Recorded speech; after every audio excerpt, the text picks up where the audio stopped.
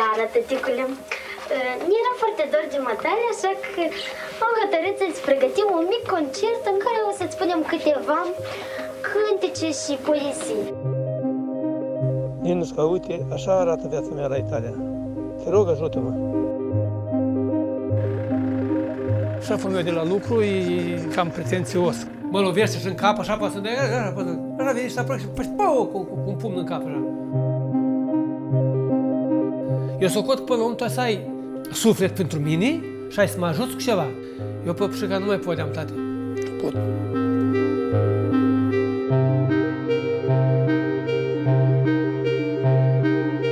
Ce-am făcut eu așa de rău?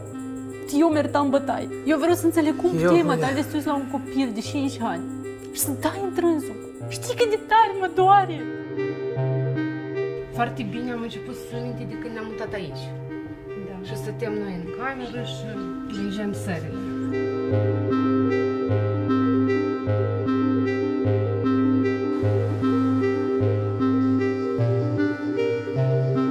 Da, mulțumesc. Mi-a fix la nivel. E bine. Și pot să mă duc eu, nu? Da.